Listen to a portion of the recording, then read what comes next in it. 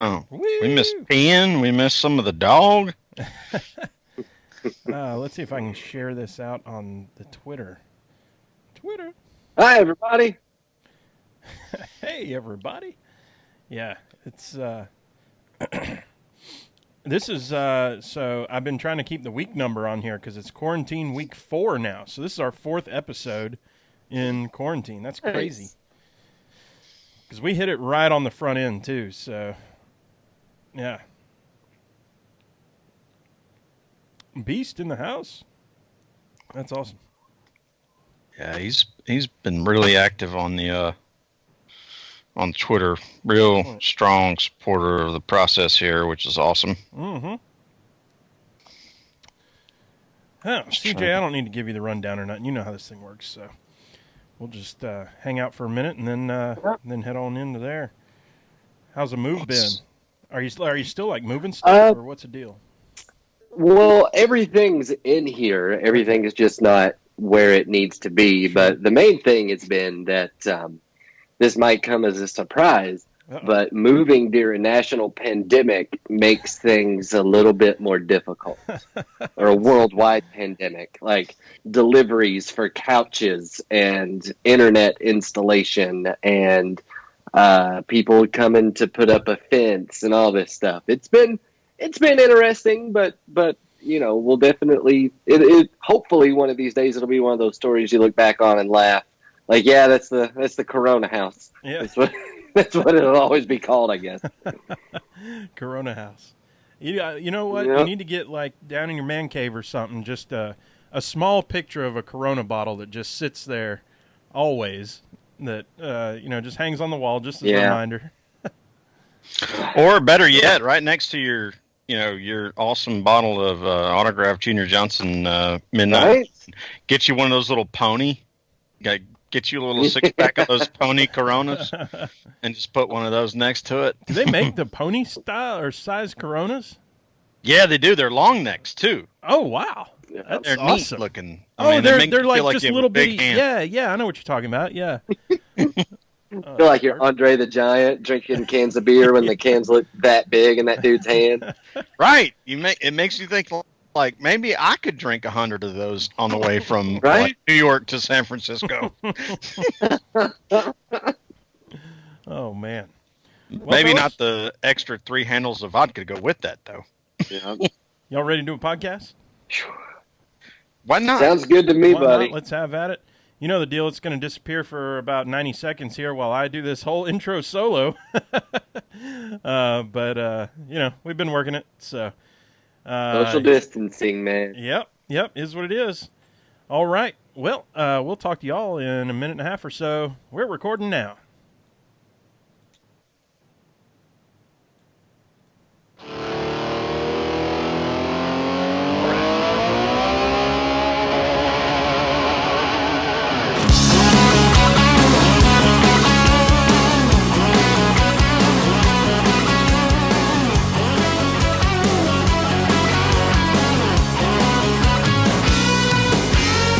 Talladega to Daytona, Bristol, Charlotte, it's an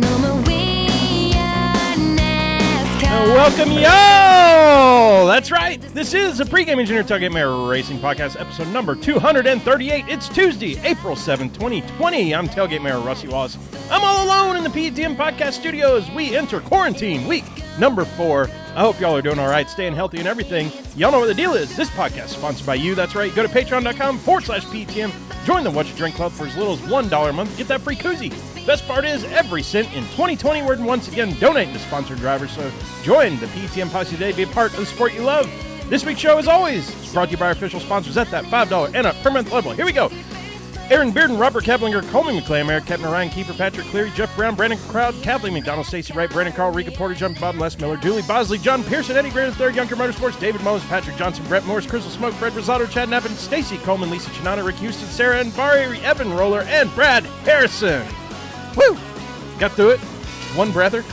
The guys on the line, they may not know it, but I did get through the whole thing in one breath that time. Let's go ahead and bring on co-host of the PETM podcast, sitting in PETM Podcast North, or PETM Podcast Studio North, as we'll call it. Pre-game engineer Andrew Sherwin. What's up, man? Hey man, how you doing? I didn't hear everything this time, so obviously Skype has its little funny ways of doing different stuff every time I log in. Yeah, no kidding. But yeah, we have the mobile office now in Roswell, Georgia, as opposed to the typical one down here in Atlanta. That's right. We got the couch right here, which is nice because I've got the first Charlotte Roval race on the little TV, and I've got a Braves game simulation on the big TV. Well, you know what? I have. I was going to say I've fallen asleep on that couch many times, but let's face it, I passed right out on that couch very many times. It's a good couch to pass out on. It sure is. I'll tell y'all what. Well, we got a special guest on tonight. Senior associate producer from motorsports at NASCAR and Fox, and y'all know him. He's been on the show so many times I've lost count. On Twitter at CJ Welliver. It's CJ Welliver. What's up, dude? Hey guys, how's it going? And buddy, you were talking about how you're sitting there on your couch. Be thankful. There are some of us that haven't sat on a couch in about 2.5 weeks. No couch. It doesn't exist. We've been moving, and our sister, my sister-in-law, my wife's sister, she lived with us, and it was her couch. And so she decided to get an apartment with a friend, and we moved here to the house. So she took the couch with her, and then we were like, oh, ours will get there the day we're supposed to move in. Well, there are other things going on in the world right now that have seemed to inhibit furniture delivery currently. So we've been rocking beach chairs in the living room now for about 2 weeks, and it's pretty solid. Man. I rocked beach chairs, or really, like I would call a campground chair, one of those fold-up deals that you would take to the racetrack. Probably the first 2 weeks I lived here in Roswell, which has been a minute now, but I can recommend you an excellent mom and pop furniture store in Mocksville, North Carolina, should you choose to venture that far away. The get couch a good has couch. been purchased. Okay.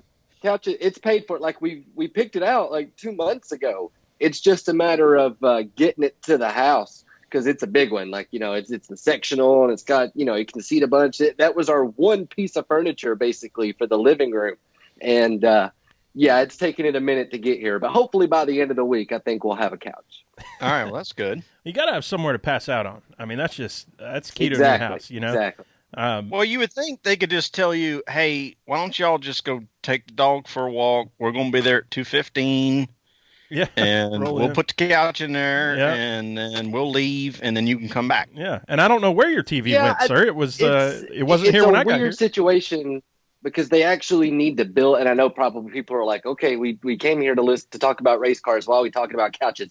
But they actually had an issue at the factory where the couch was being built, and that got shut down because of the coronavirus. So it's actually our couch is paid for, but I'm not sure when it's actually going to exist.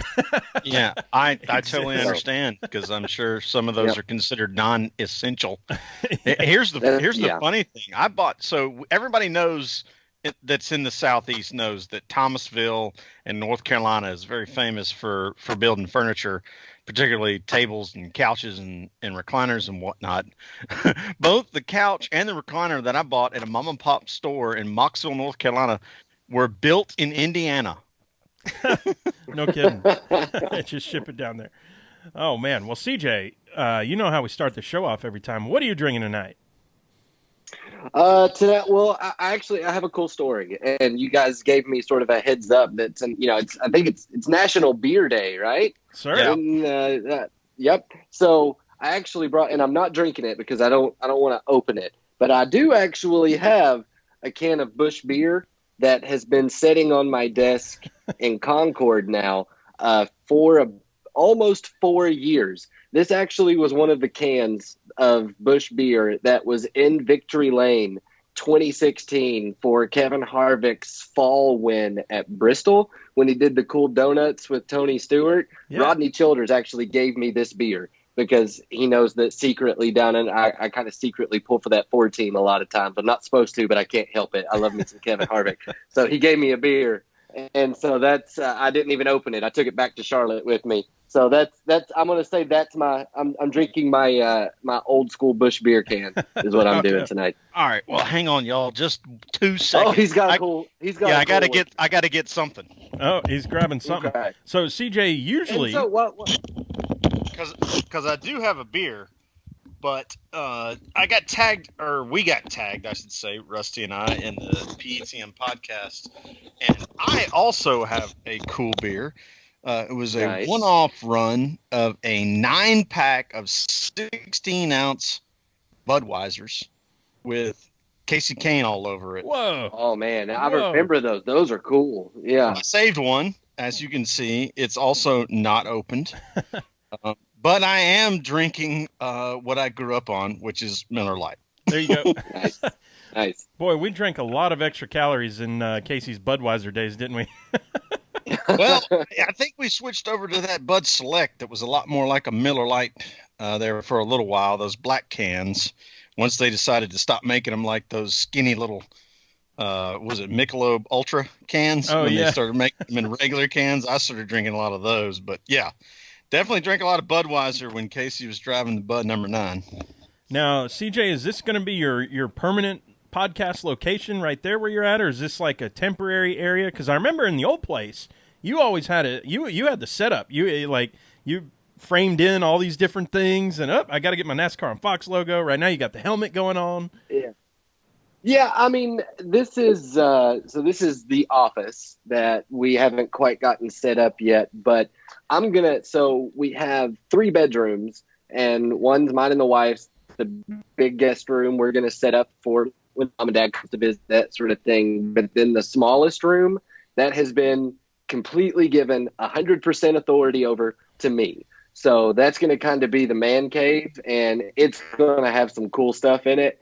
I feel like eventually, once we get everything in here and everything set up, ready to go, I'm purposefully going to set up a pretty cool backdrop in the man cave upstairs. That's going to be a lot of fun. I've got a lightsaber that I'm going to put on the wall in there. All my die cast. Dude, I've got one of the Force Effects lightsabers, man, like stainless steel hilt on it, like from back when episode 3 first dropped. That it's been on my desk for a long time. It's coming home. Trust me. Sounds good to me. Now, the whole I'm move, excited. Now, you don't, if I understand correctly, you don't actually have, like, internet at the house yet. You're kind of talking to us on the mobile Wi-Fi hotspot deal. Is that something else that they're just like, we'll be there in about, 12 weeks? Yeah, it's all just, I mean, that's always something that's difficult for all new homeowners. And actually, the little community that we live in, it's being built up as we speak as well. We went to change our address for our banking information 3 days ago, and it told us this is not an applicable United States address. Try again. And it was our address, I promise. So just, it's one of those things that I think a lot of new homeowners deal with. They're with everything that's going on in the world right now. I certainly can't complain because, there are people that have a lot more serious and pressing issues than we do right now. Luckily, I do have a hotspot that I didn't think would be able to handle Skype, but I think it looks pretty good. Yeah. It's the Hot Pass phone, man. We got a brand new shiny phone that I used for 4 weeks in the bag. It's hotspotting for me now, baby. Right on. Yeah, it's working great. Now, have you been... Thank you. I'm glad. In this whole move and with the old hotspot that you have you been able to binge watch anything? So we went through Tiger King in like 2 days, man. Like that. And here's what's funny. Here's what I love so much about Tiger King is that it felt to me as a country boy that grew up in Lee County, Virginia, it felt both like home and an alien planet all at the same time. That was what I thought about Tiger King. Yeah. Rusty, how much have you watched of it? Oh, dude, you're going to be disappointed in me. We sat down. I got drunk because I knew I had to be. Yes. We made some popcorn, sat down, watched the first episode, and I'm not going to lie, me and Serena looked at each other, and I was like, I can't watch another second of this thing. And she goes, me neither. So We made it through one episode, but sorry, guys, that's all I could do. Now, here's the thing. I'm not trying to be elitist here. There's people way, they're my family, so I'll call them way dumber than me, who are totally into this. And there's people way smarter than me at my work, like, you know, people who I look up to, and I'm like, wow, that guy's a genius. And they're like, dude, Tiger King, it is the ish. And I'm okay. And every walk of life in between. And for some reason, I'm like the only guy who was like, I can't make it. I don't know about this. I can't do it. Maybe it's too real, like you're saying, CJ. Maybe it was like, it reminds me of people I know. I don't want to. I don't know which way. I'm like, I know in the end. I you know, everybody's kind of heard at this point. It's not like a spoiler. You're just watching for the train wrecks anyway. But so I know where it ends up, but I'm like, I don't know if I can do it. So anyway, sorry to disappoint Sherwin. It's fine. I mean, I started Ozark the other day, and I watched the first season, and I was like, yeah, I don't know about this. And I tweeted about it, and somebody tweeted back, said, just skip season 2, go straight to season 3, and then you might be back on board. And I'm like, okay. All right, I'll take that. I haven't started season 3 yet. We've been we watched Tiger King before the move actually started. So before we closed on the house officially. And so since then, it's kind of been, we'll just, you know, get on Netflix and watch an episode of that 70s show when we have, you know, 20 minutes before we fall asleep. It's been a pretty busy week or so, especially with the move. And, you know, I've actually been busier than I've been probably all season, just with all the iRacing that we're doing. And we're racing on Wednesday nights now with World of Outlaws. And so I've had a lot going on. I've not been able to watch quite as much as I want to. So I haven't done season 3 of Ozark yet. I like season 1 and 2 so far of that show. Well, maybe I should revisit. I just got to the last episode and I was like, I don't know about this. I'm just not. Yeah. I'm not sure. I'm pretty easy to please, though. You tell me a halfway decent story that makes sense, and I'm going to be happy. Like, you know, I love the prequels. Like, just to go back to Star Wars, episodes 1, 2, and 3, I love them so much. So I'm not hard to please. I like a story that makes sense. Yeah, I'm kind of, you know, Rusty will, he kind of gets on me, just goofing off and whatnot about how much of a movie junkie I am. Because when I get to a movie that I like, I'll watch it a million times. I mean, like, you know, I've already seen The Irishman 5 times. That's a 3-hour and 28-minute movie, and I've already watched it 5 times. Just because it's 15 hours in for The Irishman, man. It's that good, at least from my perspective. You know, that's all that matters. I'm not trying to tell you. Right. I mean, you should watch it once. Yeah, I told Rusty, hey, break it up into 2 nights. It's 2-hour and 45-minute movies. I did watch it. The wife was away on business a few months ago, and I did exactly that. Like I watched the first half. This was on a Sunday or something, and either NASCAR wasn't in yet or whatever. I think it was before the 500, and yeah, I sat down. I watched the first half. I then went to the grocery store, made some food, came back, sat down, watched the second half. Now, there's something I agree on. You know, Tiger King, I'm not quite in on, but Irishman, man, that's a hell of a flick. Yeah, they nailed it. I mean, when you think about what that cast was, got a little request here on the text for you, CJ, to explain what that bobblehead is over there next to that can of Busch Light or Busch Beer. The bobblehead is actually, I think, one of, if not the smartest crew chief to ever be on top of the box, one of the best broadcasters to ever be a part of our team, and just a great guy. Larry Mack actually left this on my desk for me one day, and so it's one of my favorites because he gave it to me. And so whenever I was picking stuff to come home off the desk, because I've tweeted pictures that I don't think the dog is real fond of it, but that's what keeps definitely giving him the stink eye. He doesn't like the bobblehead for some reason. I was trying to get him to stay calm, but the bob, like a few things came home with me: the Junior Johnson moonshine, the Larry Mack bobblehead, the Kevin Harvick helmet. So that's just kind of how I'm starting getting my cool NASCAR stuff off my desk back to the house. So my Larry Mack bobble, I don't have many of them. Larry Mack makes me happy. That's awesome. I'll tell you what. Well, so let's go ahead. Sorry to interrupt you, Rusty. Let's go ahead and give a shout out to our buddy Brandon Crowd up there in Detroit, Michigan, who had Larry Mack on his bonus show last week. Sweet. So y'all go follow at Lap Traffic PC. That's at Lap Traffic PC. Yeah. So you know what? It's funny. With him sitting right next to that Busch beer on that shelf, I looked at it from here and thought that kind of looks like Larry Mack back there. And I'm very happy. I should have called it out when you said that, because then I was like, no, I'll look stupid. It's going to be like, no, dude, that's some baseball players. This is Sandy Koufax. What are you talking about? That's, Larry, so shout out to Shannon house, Rowe. Larry Mack is royalty in this house. In Kannapolis, we respect some Larry Mack. Yeah, absolutely. Well, that question. Shout out to Shannon Rowe. She's at Fur Love Cats. So besides strong supporter of our podcast, besides watching stuff, we've been asking guests while we're in this quarantine, anything that you've been cooking that's a little different. I think we're all inside cooking a little more than usual. Anything new and fun or exciting? So we went grocery shopping for the first time after moving into the house 4 or 5 days ago.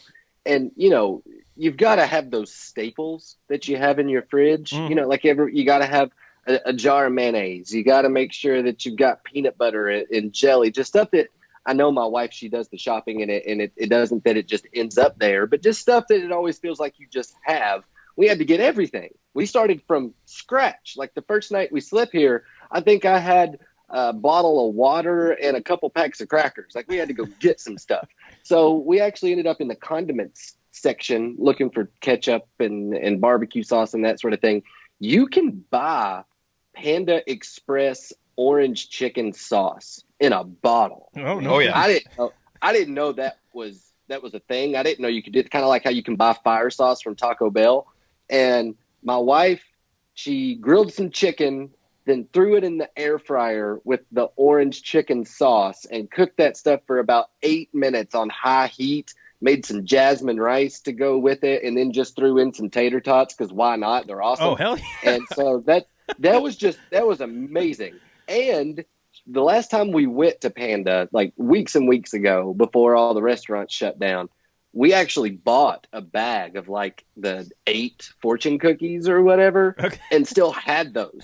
So we had homemade Panda Express rice, tater tots, and fortune cookies. That's the like Hall of Fame meal. Like my wife's killing having her own kitchen now, man. Dude, I love the combos that people are coming up with. Like, let's have Chinese food and tater tots because F you. Yep. I love it. Yeah, this is America. It's hard to go wrong with tater tots. Now, when it comes to a tater tot, what do you dip that in? Because I'm like half mustard, half ketchup kind of guy. Like I put them right next to each other and I kind of swirl it around a little bit and get both of them in there. This may be, I don't know, I may lose a few followers for saying this, but I've got to get it off my chest. I have to let everyone know. I cannot stand mustard on anything. No. I'm just not I don't know why. Like mustard just messes with me, man. It's like this weird phobia that I have. And I can't do it. But with me, man, if you got tater tots, really, if you've got fried potatoes in any form, I'm going to go ketchup 9 out of 10 times. Ketchup for barbecue sauce, maybe if I'm feeling froggy, but tater tots got to be in ketchup. I got to say, I think me and Sherwin are mustard guys. So, I'm not going to make fun of you for it, but man, I dig some mustard. Sherwin, I have not tried the mustard ketchup combo thing, and I think I've seen you do it and thought, now that's genius right there. That's using your noodle, and I hadn't tried it yet. So that's going to be. I've got a bag of tater tots down in the freezer because I've got freaking everything in the freezer now. Shoot, we got so much food. Who knows how long we can hunker down? But dude, I've said a few times. There's a time when I feel like I have conquered some food on the grill. Got the big green egg sitting out back. And, like, first things first, if, like, pulled pork, I ain't going to go nowhere and get pulled pork. I can just make it in my house, and I nail it every time. It's hard not to.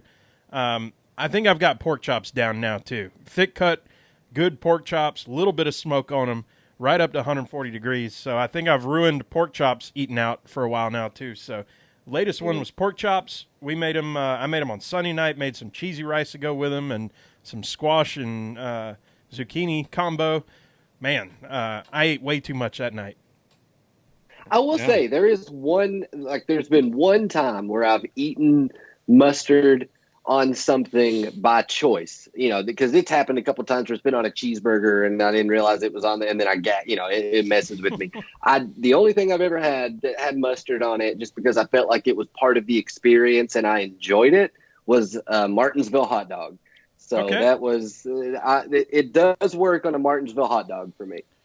Yeah, I think Rusty and I are probably pretty well aligned on this too, based on all the camping that we've done at racetracks and making like cheesy brats and whatnot. We're very much mustard, sweet relish, and maybe some diced onions if we remember to buy an onion. Oh, and I'll put these an quarantine absurd conversations are interesting. I like it. Like, we haven't talked about racing one time. I will put an absurd and embarrassing amount of coleslaw on top of my hot dog too. Yes, slaw on the dog. Yep, that works too. Slaw. Would you like a hot dog with coleslaw? Sure, and I don't think we've ever even bought ketchup ahead of a race, but we've bought like 2 things of mustard because we're like, well, we're gonna run out of one, so.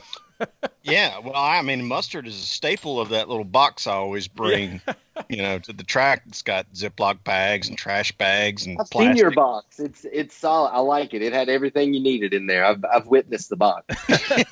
He knows about the box. It's a good box. It's kind of solid. a fix-all. Yep. All right, anything CJ, you need, look in the box. Let's talk some racing, buddy. We got to know, at least from your perspective, but everybody else too, because this whole Fox thing with the iRacing, the fact that they made this happen and you made it happen, everybody who's in part of this thing, making it happen in a few days' time, and then have a whole production that hooks into who the leaderboard is, and they've got the Fox leaderboard there, they've got the everybody in the booth and everything. I mean, holy crap! I can't imagine the amount of work that had to go in to do that. I want to hear the behind the scenes from your perspective on like the play-by-play, the day-by-day that led up to how can we get iRacing on there and what that was like. It is unbelievable how quick that came together. And this isn't, as far as like the day-to-day evolution, this turned from a cool idea to a thing that is going to happen. We just need to get all the pieces in place basically in 24 hours. Because when you think about it, when you look back to the unfortunate circumstances that led to us having to call the races in Atlanta. I mean, we had teams there, we had people there, and then all of a sudden it's just over. We're not racing, everybody's heading home. That's the only weekend where we didn't have a broadcast. We missed Atlanta, and then the next weekend we were getting ready and rolling for iRacing. So that's, to me, I really can't brag enough on all of the people that I work with at the Fox Digital team, because really, production, they are the best at sports broadcasting by far, in my opinion. I will say that without a doubt. They are the best in the business. But when it comes to mobile productions, when it comes to productions that are done with cell phones and computers and home internet connections, that sort of thing, that's where myself and my digital teammates really shine. And so this has kind of been just something that we've been able to show off how we've been preparing for something like this without really realizing it for a long time. But I think it was on Tuesday after Atlanta where I got an email that was basically asking, is this something we could do? Not asking me. I was just copied on that email, and it was, with people at iRacing, with people that, with Fox and everyone that was going to have to be there. What can we do to keep people separated and safe? Can we have people in the building at all? We kind of had to answer a lot of those questions, and we felt like it was important for us to do what we do, not for any reason other than people need distractions in such a tough time. And we really felt like that was our job. And that was something that we needed to try to do if we had that availability.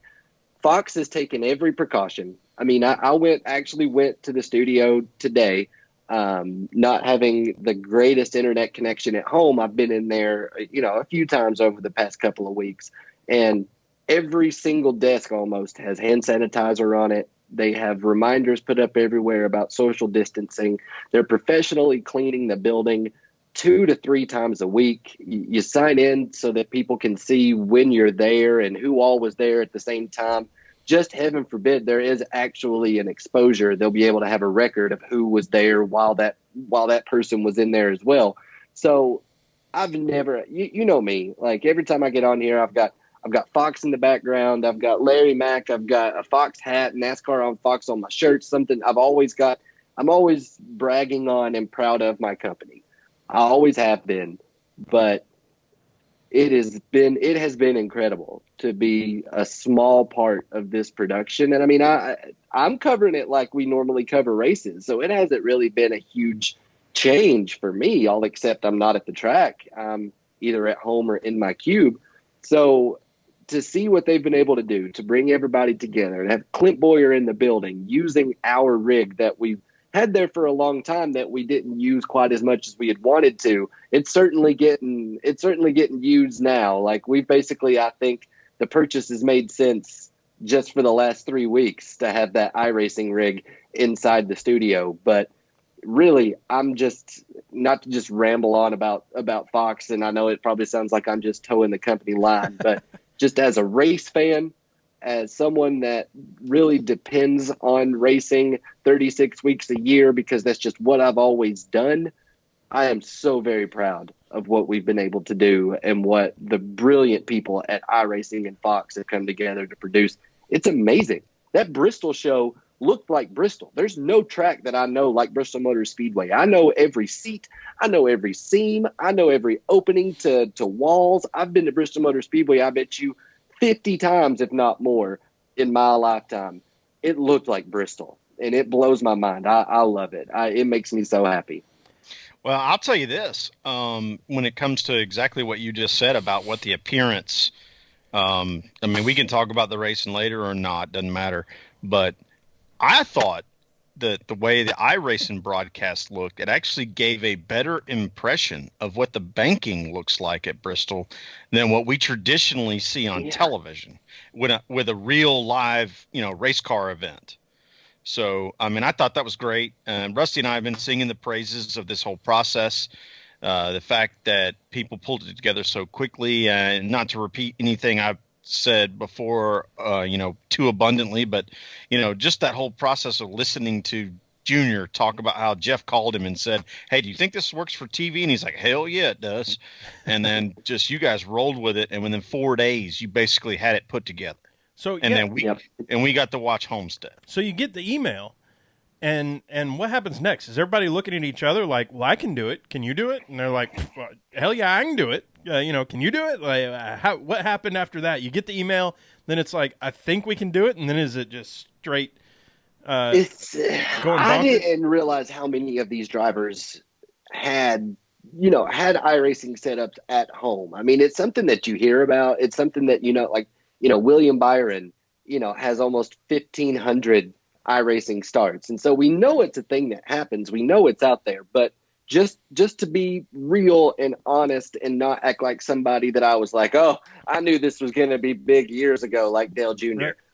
Before Homestead, I had never in my life sat down and watched a full sim race, and really not many laps of iRacing at all. I just, if we had the option of real racing with race cars and racing fuel and Goodyear tires and at the track and that sort of thing, I'd be like, "What are we doing? Like, what, guys, come on." Like, it's fun and it's great, but it's not going to replace real racing. And I don't think anything ever will, but in our current climate, it is by far the best option that we have. And to take it to have Mike Joy, this legendary broadcaster, talking about sim racing and iRacing, man, that elevates that company. Man, that elevates everything that they've been doing over the years to give these drivers a way to simulate and to compete and that sort of thing. So when the email first came through, and I kind of hate to say this, I was like, that's a tough sell. Like that's a lot. You know, we're all having to work from home. Not just that we, in a normal situation, if we wanted to put on an iRacing show in a week, oh yeah, we crush that. Like a week is an eternity in broadcasting time, you know? But we're all working from home. We're all basically stuck in our living rooms, having to just call and email and Zoom meeting with people to get stuff set up and ready to go. And so I was nervous. That's a lot. Like there's a lot of stuff they're going to have to get set up and ready to go for that, and then crushed it. And we had Regan Smith doing garage hits because he was there to do a simulator interview with somebody, and we had drivers send in post-race scrum reactions to Bob Pockris, who's then sending them to me so that I can stitch them together and post them. Talent is sending me videos of their reaction from their house, from their office, from their porch, immediately following the race to tell me what they thought about it. Everybody's just really come together to support this broadcast. And I'm so proud. And I know I keep saying this, it just seems like I'm just going in circles, but it really astounds me what we've been able to produce, but it also hasn't surprised me a bit because that's what NASCAR on Fox does. Well, being a software guy myself, just thinking about things, like I said, like the leaderboard ticker, I couldn't, I know some incredible software people. And at my work, I mean, we've got some brilliant folks, and I don't know how I could come up with something that could build that just the ticker in a matter of 4 days that shows you, where people are, and feed that in from iRacing. Oh, well, we used to use NASCAR's data, and now we're using iRacing's data. Just plug that in. That's amazing. Well, iRacing's been doing that's one thing that was great was we basically, we built the look. But as far as, what you would consider the timing scoring lines and the leader, the rundowns and that sort of thing, that's all coming from iRacing. And sure, because, but before any of this happened, there is a sim iRacing NASCAR series. I mean, it's sponsored by Coca-Cola. Mm-hmm. So this is something they do that they compete. I mean, and these guys are competing for big money every week. So they had a very, very solid timing and scoring process in place well before we ever decided that we wanted to put it on television. It was just a matter of building it as a plug that we could take it in to get it on screen. Right. And the people that do that for Fox Sports at the national level, they sort of can do that sort of thing in their sleep. So while that's impressive and it looks incredible, the major hiccup or the toughest challenge of this was getting everyone on the same page as far as drivers and PR and broadcasters and talent and, digital producers and that sort of thing, to get everyone in the same, where they needed to be with the information that they needed, with the connections and the people to talk to and on the right email chains. It was more so, I think the impressive part of this is the planning more so than the physical broadcast, because really we translated our camera feeds to iRacing feeds. We translated our leaderboard plugins to iRacing information, and it was set up pretty, it was pretty easy to build out as far as making it look like a NASCAR race, because they sent us the information. We just translated it into on air. Like I said, I'm a software guy, and knowing the amount of work that has to go in to, we already have our feed from over here, we just need to take it from over here. That is a big lift. And so props to those guys. And also props to, as you're watching, and I think we all take it for granted, every time we're watching a race, the camera angles and the, which camera is active right now? What are we showing right now? And how often does that change? Probably every 2 to 3 seconds. There's some director out there that is saying, switch to that camera, switch to that camera. Oh, I need to see this. Oh, there's a wreck going on over there, switch that. Like, there's somebody doing that, and to be able to seamlessly move that over into iRacing, and same with the broadcasters for the guys that are calling it, Jeff Gordon and bobblehead Larry Mack right there, to be able to just seamlessly in their own mind, okay, well, I got to react to what I'm seeing on this screen versus whatever else. I'm in awe, essentially, of every step of the way how that has come together. I'm just really amazed on the logistics of it, just being in some amount of logistics myself. Yeah, and it's fun to watch too, right? I mean, this is hell yeah. I didn't need any explanations about it. I didn't need someone to explain to me how iRacing works. I didn't need someone to explain to me the differences in the sims and that sort of thing. When I'm just watching it as a NASCAR fan, I turn on my TV and it's there. It looks like and feels like and sounds like a race, and it's just racing. Sure, and that's what I think. That's kind of been something that I think has added to the success of it, is that it does feel so much like real life racing. It doesn't feel virtual. That it translated so well. We want races to watch. We miss racing. And so there it is. It's been, and we've got artists that are now working for teams, like digital artists, putting paint schemes together for these drivers that, they're making new paint schemes, and sponsors coming on to put stickers on it and stuff. Like, it's the amount of people, the entire NASCAR ecosystem, it feels like, has come together to support this iRacing, and it's really great.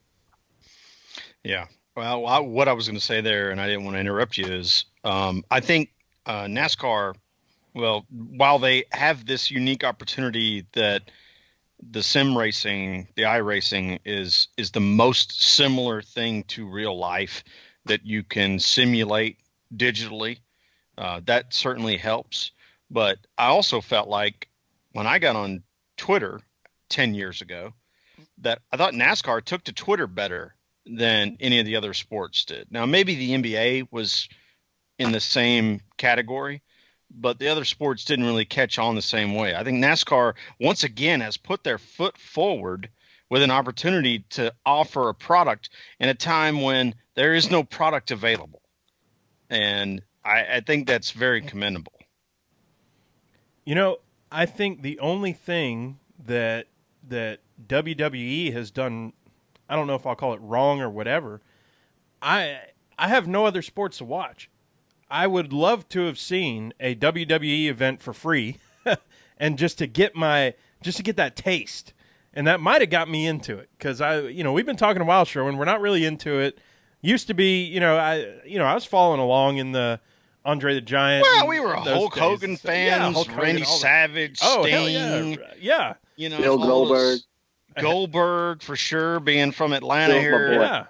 Yeah. And woo! But what a miss for them. To your point, Rusty, I think where you're headed with this is, why would they leave that on pay-per-view? You already have a situation that's not normal. Mm-hmm. Why not just offer it to everyone? Or give me a little taste. I think there's an issue there, is because they've got their WWE Network rights package that they have there. They've got people that have already either purchased the pay-per-view, either already purchased WWE Network, and also there's a lot of, if they're going to broadcast this to a national audience on TV, then there is the issue of, they have to make sure they tailor that to a broadcast situation. Now, yeah, they could have streamed it, they could have put it free online, that sort of thing, but they were trying to make this, I think, as much of a WrestleMania as possible. WrestleMania has always been pay-per-view, and I do think it could have been something that they could have just exposed more people to the sport, but they had people that had already, when you have a situation where people have already paid for one thing, then turning around and making it free, you kind of throw yourself a lot of hiccups there that are potential, I think. So maybe that's something that influenced their decision there. But I watched WrestleMania, man. It was a good show. They had to adapt, and man, they did. It was different. It's not something they could have done in front of a live audience. They definitely took it in a new direction. Oh, yeah, I'm waiting for Gronk to get DDT'd walking around Boston or wherever the hell he lives now. Man, that 24/7 deal. I have no idea why he didn't roll Mojo up while he was giving the command for the 24/7. Like, dude, It's 24/7. Like, do it right now. Like, I honestly waiting for it. I thought that was going to happen, but it's how cool is that to have Gronk and Gronk and Mojo doing the command to fire engines, and Stevie and DW, and then we had Bob Weir last week. Like, it's crazy the names we're getting. Troy Aikman giving the command. Man, I tell you, when people don't have to travel, all they got to do is record a video on their phone and send it to us. You can get some cool people doing the commands and national anthems. Well, that's true. Yeah. Well, so here's the thing, and I'm sorry again, I cut you off, Rusty. You good? The thing so here's the only thing I would say I would add as an addendum to the people that have already purchased the subscription-based services that associate with any particular league is, The Athletic has offered up 3 months of free subscription to their written journalism. Sirius has offered 3 months of free service to their radio subscription. Like, everybody is sort of adapting to this thing in order to build some momentum for when we all can get back to normal.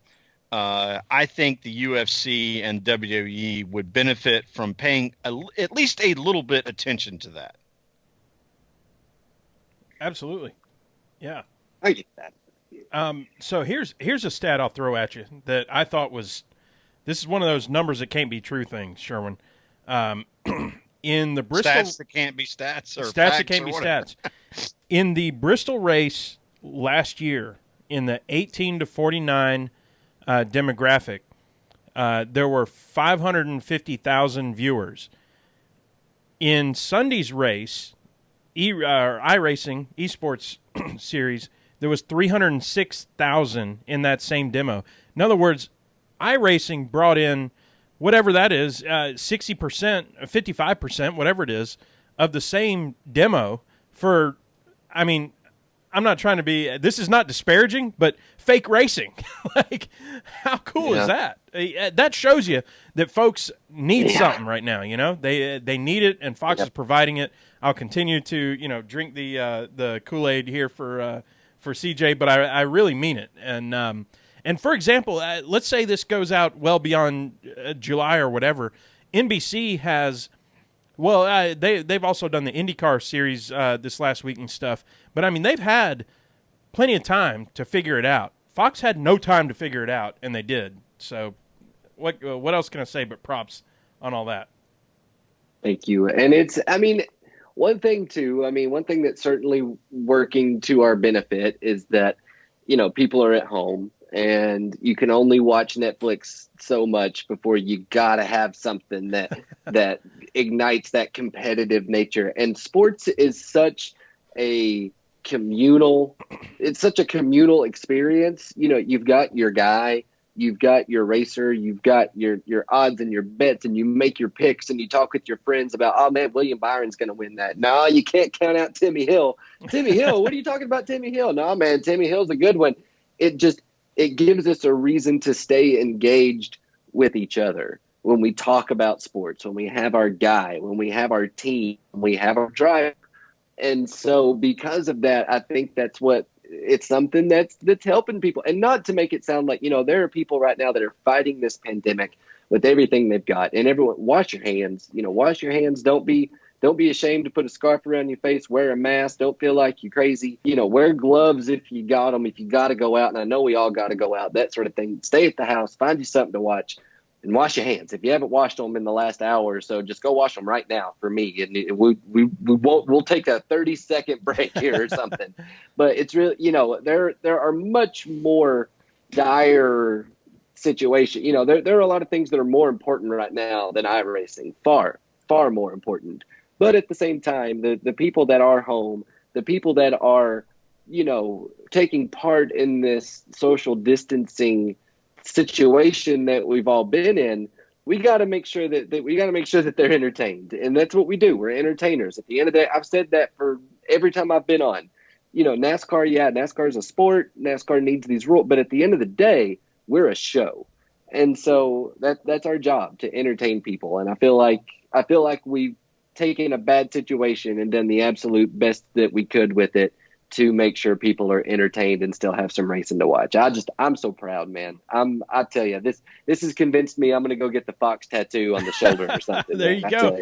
There you go. Well, in this, I was already on the fence, but close. In this strange world we live in, where we call all of these things that are clipped, edited, overproduced, scripted, reality television, the only thing that actually is reality television in today's world is live sports. And while I will still struggle till probably forever to call, playing this iRacing thing a sport, it is the absolute closest thing that any sport has been able to produce to looking like what we would see on a Sunday. Yeah. And it's not scripted. And there's no production outside of just giving us the show. We have a broadcast crew, like you said, with Mike Joy and Jeff. We've got Clint. We've got Larry McReynolds, and it's basically the same thing as watching a race, except for we all know it's not a race. So we assume that there's going to be a certain amount of goofiness involved with it, and you just kind of take it in stride. But this is the best thing we can get. NBA has looked at this and gone, all right, we're going to have Kobe Bryant, or not Kobe. God, that was a horrible reference. Rest in peace, sir. But no, that shows the greatness of Kobe when you needed off the top of your head a name of a basketball player just because you needed to mention the NBA. You went straight to Kobe. That's worth recognition. He's the greatest of all time. Yeah, that's worth recognition. That's not a bad thing. That would make Kobe happy, I think. But they're going to put on some kind of tournament bracketed style where they've got people seated and they're going to play the game. They're going to play NBA Live 2020 or whatever it is. But it's not the same because they're going to be playing with a little Jewy stick. And our guys are actually using a wheel and a clutch and a brake and a gas pedal. And a gear. The tools are the same. The tools are the same, and that it allows it to translate so much cleaner. Because 2K isn't going to translate just because you can absolutely run those patterns and catch that football and make that touchdown. That doesn't mean you can get out here and compete on Madden with some of these kids that have been doing this their whole life. Like, you're going to get destroyed. You could be, so that's what makes it so great is that, William Byron, he's, in the Cup Series driving the 24 car for one of the most legendary teams in the world, but also he's one of the best of all time to do sim racing. That's where he cut his teeth. And so how easy it is for it to translate between real world and simulator, that's what makes it, we do have that benefit. We're lucky in that aspect, is that the tools and the equipment to put on this show have essentially stayed the same. CJ, and they've been in place for 25 years almost. CJ, you mentioned with just upgrading graphics. Dale Jr. interview that he did with our friends at Sports Center, where they asked him what he would tell it, or what his dad would say, or what he would tell his dad if Senior were alive. And that question gets asked so much. I feel so bad for Junior. Everybody's always asking him, like, well, if your dad was still alive, like, that's sad. But it was a good question. And I love that his answer was that he'd tell his dad, I told you so. Like, I mean, in 2001, Dale Jr. was a champion of iRacing and sim racing and that sort of thing. And so it's great that he just said it on SportsCenter. Like, man, if I could tell Dad about what we're doing right now, I'd just tell him, told you so. Like, it was, I thought that was pretty cool. CJ, you mentioned earlier entertainment, and of the 1.2 million people watching, I'm not sure there was anyone more entertained than my wife at the Bristol race. So, that's awesome. She had not seen any of the iRacing stuff in the last 2 weeks, and so the Bristol one was her first exposure to it. So, I told you I had the pork chops, put the pork chops on the grill. We're doing some grilling.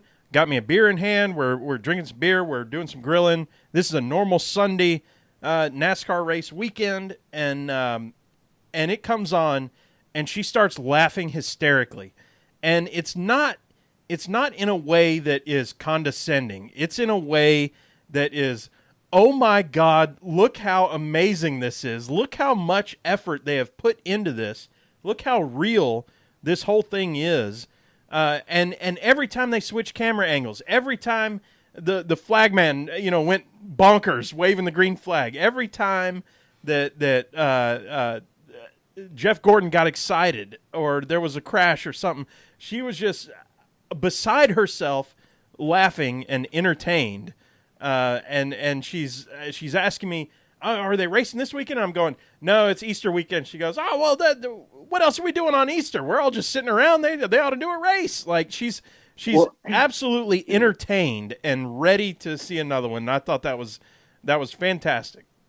That's awesome. And one thing too, just to mention, that virtual flagman gets it, doesn't he? I mean, dude, I don't know what he's on, but it looks like he'd get you through a couple days if you needed to. Like he gets behind it, man. But that's one thing too that was so cool. Like I've seen a lot of people talking about it, and not that in a perfect world for CJ, every single person sits down on Sundays to watch NASCAR on Fox, right? I know that's unrealistic. I know that's not what actually happens.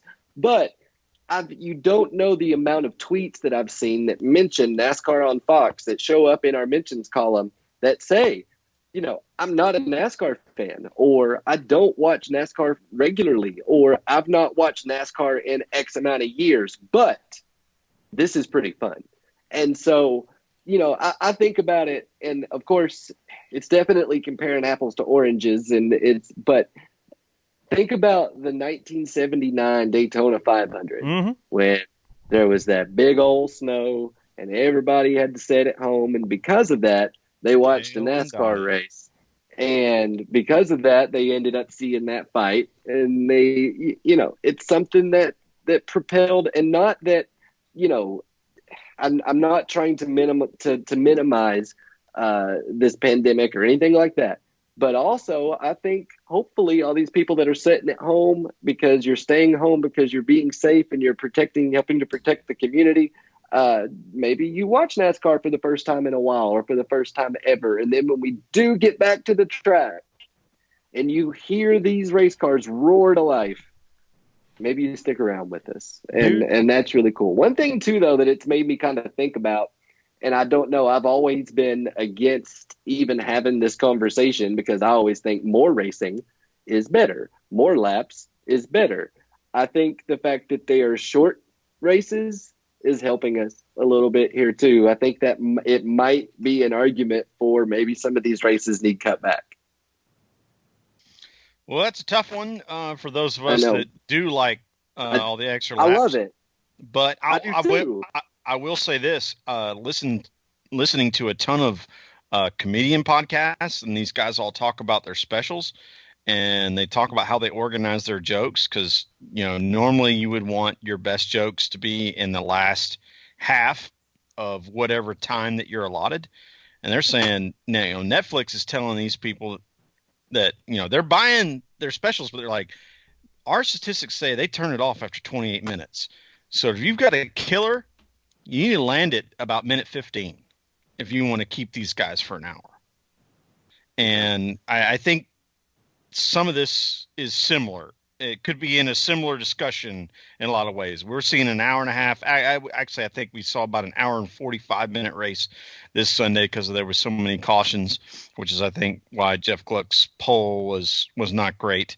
And I kind of agreed with the way that voting went, but it didn't change the way that I was entertained, though. It just said, okay, I didn't, it wasn't a great race, but I was entertained because I had something to watch. And right. I don't know. I don't really have a finishing thought for this, but I'm the kid that grew up at Bristol. And one thing that was different growing up about Bristol is that I don't know, maybe a lot of tracks used to do this, not a whole bunch do it now, but at Bristol, the laps counted down. Like it would start at 500 and then, you'd get down to 3, 2, 1. And I remember being a young kid sitting there, but beside my granddad, watching that number get smaller and never getting anything other than sad that was happening and thinking like, oh man, there's only 400 laps left. Oh man, there's only 300 laps left. Oh man, I really hope Harvick gets up there here in a second. Like, that was basically, so no, I am a proponent for more races all the time, but I'm just thinking of the wider exposure, maybe some of these races do need to be 300 instead of 4 or 400 instead of 5. I don't know. Maybe that's a conversation that has a little bit more ammo because of these iRaces. I think the doubleheader aspect and the aspect of racing in prime time during the week is going to have a big impact on that. Yep. I think these Wednesday numbers are really going to, I think a Wednesday Martinsville race that's maybe only 250 laps. Well, that might hit. That might hit pretty good. Especially if it's in the middle of the summer where if we're all still at home or the kids are definitely at home or whatever, and the way Pocono did it where they said we're going to run 400 miles one day and we're going 300 miles the next day, but you're going to get like 1,000 miles of racing because we're running trucks and we're running Xfinity and we're running ARCA all the same weekend. Like I think that's how you deliver value is, okay, well, we're not going to see a 500-mile race. Okay, but we're going to see, 1,000 miles of racing in a weekend. Yeah. And one thing too, not to just completely derail change the subject, but you guys were talking about, oh man, it's Easter Sunday. What are we going to watch? There is something to watch coming up this Sunday. We're actually going to be re-airing one of my all-time favorite races, one of my all-time favorite memories of watching a race and at the end of it, jumping up and down and celebrating with my dad and us being so excited at what we just watched.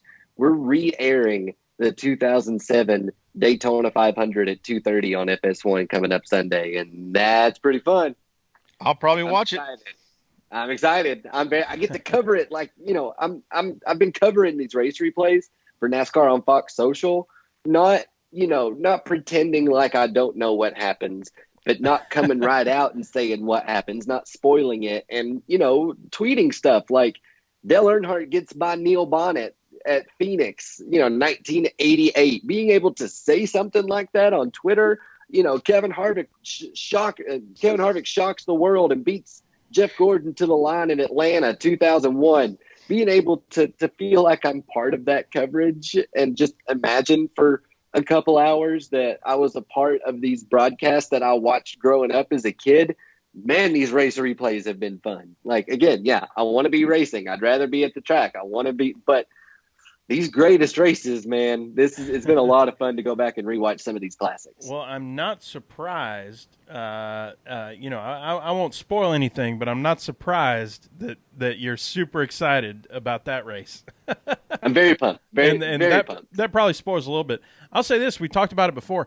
So, whenever we get to go back to racing, whenever we get our normalcy back, whoever is on the flag stand as a tribute needs to just go absolutely bonkers on that first green flag. And I'm talking about they need to be the star of the show right then. Everyone wants to see that. Don't just give me a little bit of a wave. I want to see total insanity. Yeah. Yeah, like John Bonham on the drums, man. Just go bonkers. I may have to request my own feed. Just so you know, I'll request a feed maybe where I can see so that I can clip it for social, just so that I can show everyone on NASCAR on Fox Twitter just how much that flagman is living his best life basically every weekend. So maybe I can make that happen.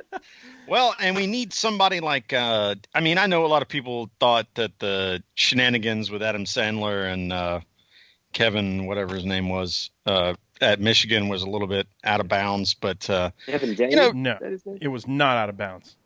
No, I didn't think so either. I thought it was great. I watch it all the time because I think it's hilarious. But maybe just even Junior, which we had clipped that audio for a while and used it on our show. Just the amount of excitement. Like if you get to call to fire, man, I want to hear some fire. I think we're going to come back with a bang too, especially as much momentum we have with the iRacing stuff. We got to come back big time, fellas. We've been talking for over an hour now, and imagine the party we're going to have. Oh God! I honestly don't know if we'll be back in time for Talladega. I don't think so. I mean, unfortunately, I just don't. But whenever we go back racing, whenever we do get back to the track, the party that we're gonna have. Oh, it's gonna be bonkers. I'll cry, man. I'm crying thinking about it right now. Dude, I'm gonna go wash my hands right. Like, you guys gotta hang on so I can go wash my hands. I gotta live through this, man. I gotta be there when NASCAR comes back. It's going to be incredible. I cannot wait. Well, I've got my hand sanitizer right here. I'll squirt a little bit on there. Pour one out for the homies. Do it for me. That's right. There it comes. There's only one more thing I definitely wanted to hit, and CJ, maybe you can do this quickly, maybe you can't. Has there been any discussion with the other broadcast partner about how you might manage Fox assets that will ultimately get coupled with NBC assets if we actually get to run this whole season, and how y'all are going to manage that? I would assume there has been. But that's so far above my pay grade. I'll just be real with it. I don't know. I mean, this is a situation where I think everybody's kind of taking this one step at a time. We're doing our best to cross bridges when we get to them, and not to just give you a non-answer, not to give you a politician answer and not say anything. Yeah, I'm sure those conversations are being had. I'm just not part of them. Yeah, I kind of figured that would be your response. I wanted to ask the question just so people could hear what you might have to say about it. I think a lot of people see NBC and Fox as, we're two separate teams. I think a lot of people kind of see us like, we're the Cowboys and the 49ers. You know what I mean? But we're all just wanting to go back racing. We'll all work together. We'll all make sure that it works out best for everyone. And maybe that's something that happens. Maybe the Fox NBC schedule becomes the NASCAR schedule. And I mean, I'd hate that for fans, but maybe we promote them because they're racing on Wednesday and they promote us because we're racing on Friday. You never know. That's I think that would. World. It's a new world. Yeah, it would. That would be the best, and that's the way I would assume that's probably going down. Yeah. Right on. Hopefully, we go back before our part of the season's over, and then we can figure that out. But I really, I think right now we're focusing on making sure we do our best to keep everyone safe, to make sure that we're trying to make sure that we're putting the word out there in every commercial break that it's important to stay home right now. If you don't have to go out, don't. If you don't have to be socializing with people, don't. My sister-in-law is basically, I consider that girl my sister too. I mean, she's family to me. She lived with us for 3 years. She lives 15 minutes down the road now, but we're not seeing her because we're doing our best to social distance and to, not take any unnecessary risks or exposures. I am someone with an underlying condition. I'm a type 1 diabetic. And so because of that, we've been very, very careful. And so I'm asking everyone, try to keep yourself safe and careful as well, because you could be contagious and not know it and just go out to get a burger because you're sick of sitting at home and infect someone like me that may not make it through it. So 100%. That's my PSA. Sorry, I'll get off my soapbox again. It's just important, guys. Take it seriously. It is serious. Words of wisdom. Right. Close us out, Rusty. Yeah, words of wisdom from CJ Walliver right there. CJ, let's start closing this thing out. Tell us where the folks can find you and what's coming up next. I am CJ Walliver. If you never don't know how to spell my last name, it's just Oliver with the W in front of it.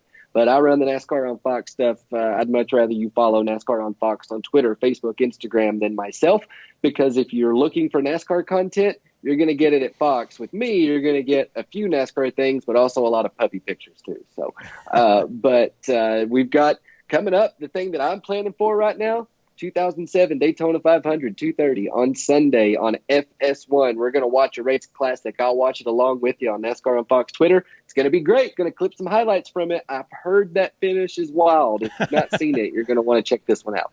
Excellent. Sherwin, where are you at? What's going on?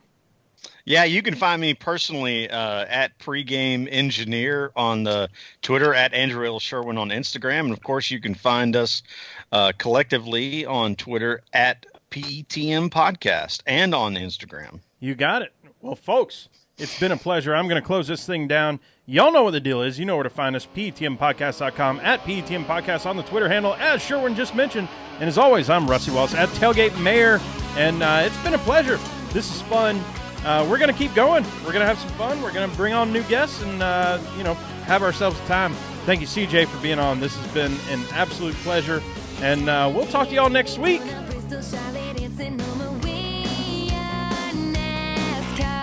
Revving engines get to roaring, fans are screaming, drinks are pouring. We are NASCAR. Drop the flag, foot on the gas, and let's go, go, go, go, go. And it's full throttle, it's wide open, it's cold beer bottles and good times rolling. We're built for speed and we ain't slowing down. It's finding the groove, it's the thrill of the chase. It's running on fumes in a checkered first place. We're stealing wheels and racing hard. We are NASCAR, we are NASCAR.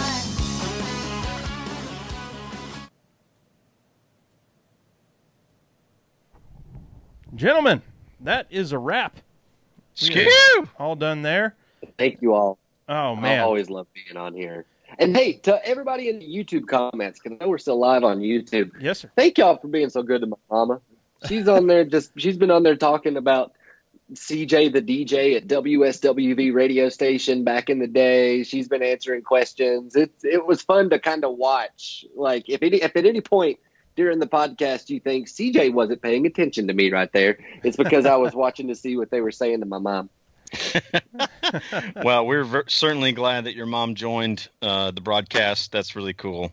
That's the first thing I do every time. As soon as you guys go live, before we actually start the record, I text it to my mom and grandmother. Like, I'm not sure Ma's figured out how to comment yet. That's my grandmother. But Mom's on there on my dad's account. Like, I got to get this girl a Gmail account, man.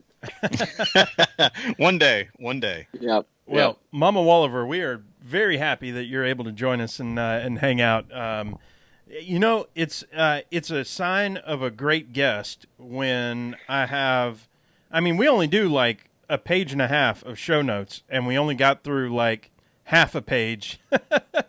I'm just sorry. No, just because we're having fun. Stuff real bad. No. That's not the point. My point is that it's so good, and the conversation is so intriguing that who cares about the rest of it? It's organic. The conversation's very organic. Yeah. Let's go with that one. Yeah. That's why we don't. Rusty will publish on the Patreon account because we like to give those folks a little extra. Right. But that's why we don't publish our show notes to guests, especially guests that have been on several times like you have. So you kind of understand the way we like to flow is because, Look, if we don't get to stuff, we don't get to stuff. Like, the whole point of this thing is long-form conversation. Mm-hmm. Mm-hmm. And I think, too, that sort of you guys have found your niche. You're the sit around in the man cave and talk NASCAR podcast. That's kind of how I see your and that's in no way derogatory. Like, I mean that as a very grand compliment. Like, you guys, it just feels like I'm hanging out talking about racing, and I don't worry about talking about things like tater tots and mustard and corn dogs and that sort of thing. Like, we just have fun with it. Yeah, well, I mean, you're one of the, I wouldn't say few, but there aren't a whole bunch of you that we've actually had a chance to socialize with at a racetrack. And you know that, just because we're all sitting here quarantined in our different rooms and whatnot, in different parts of the planet or the country, I guess, we're the same people on this thing as we are when you come to the 100%. Campsite. Yeah, I turn it on a little bit just because I got to get rid of the accent some. So, like, that's the only thing. Like, I try to pronounce my R's as much as I can, but they still don't always come through. But I'm gonna do Instagram Live karaoke at some point. I can't stand it. I got to do something. So I've got a garage with great acoustics now. So I'm gonna do Instagram Live karaoke at some point. Guys, follow me, CJ Williver. Oh yeah, it's gonna be fun. Tag us in fun. That or something, because I'm in. You know me, I like me some karaoke, And you got friends I know that like karaoke too, so we got to get have those. Oh yeah, we'll get Stacy in there for sure. Oh hell, Stacy and shoot, what's her butt? I never remember her name either. Stacy, Sonia. Her husband Harold. Sonia, that's her name. Yeah, that's Sonia. Yep. That's right, Yep, Sonia. That's it. I hope she's not listening and mad at us now. Well, no, hey, we did good. I guarantee We figured it she'd out. love it. Yeah, we had to think about it. We figured it out. Yeah.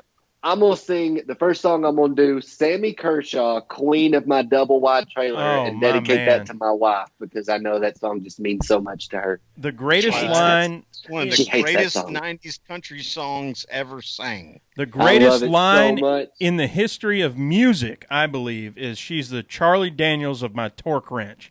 Like, I mean, that might be the best lyric ever written in country music. Yeah. I'm telling you. Like, he's one of the few people that could put slow jam. I ordered her a slow jam fizz. Slow jam fizz, lyric. Yeah. And I don't even really know what that is, but it sounds awesome. Slow gin is like it's kind of a cherry liqueur. It's blue, but I believe. Yeah, I believe it's a blue liqueur. Yeah, a slow gin fizz. And we lost Joe Diffie this week too. We did. That hurt. So prop me up beside the jukebox, baby. Dude, dude, me and Sherwin texted back and forth. Range on Third Rock from the Sun. Oh man, I love that song. Me and Sherwin texted back and forth. His whole essential catalog on. Sorry, I'm walking all over Rusty. Go ahead, Rusty. Well, I was just saying that we were texting back and forth that I deeply regret not having seen him live at this point. Because, like Sherwin was probably about to say, like, he is the when you need to listen to some good damn country music, you go on to Spotify or whatever the other one is that I can't think of right now, and you just type in Joe Diffie, and you're about to get some good music. Well, how many times, Rusty, did we? You were hanging out at the house, and we were probably smoking something outside on the porch, and we just plugged Joe Diffie into Pandora and just let her buck. Yeah. I mean, you got all the 90s country you can get your hands on. Oh, yeah. Sammy Kershaw was supposed to be live in Kannapolis in a couple of weeks. And me, my wife, my sister-in-law, and I had tickets to go. And, of course, that's not going to happen. So hopefully he comes back. I got to see me some Sammy Kershaw, man. Well, I bought tickets to a concert. It was in early March, and I was like, oh, well, this thing's going on, and tickets are cheap right now, so I'm just going to buy something for June. So we bought tickets for AWOL Nation just because they were coming to Atlanta, and I'm like, okay, let's do awesome. that. And that's in June, and I'm like, that might not be happening. So we'll see. Yeah. Well, hey, you guys stay safe, stay healthy, wash your hands, all that stuff. And thank you guys, as always, for having me on. It means the world that you guys think this much of me to let me come on like 9 times now. So. Dude, we love you, brother. You stay safe. Be good. I'll see you guys soon. All right. Have a good fall. Right on. We'll be there. Right on. And if may be able to pull that off. If you're hanging out on YouTube, we'll catch y'all next time. Thank you for joining, and we'll see you.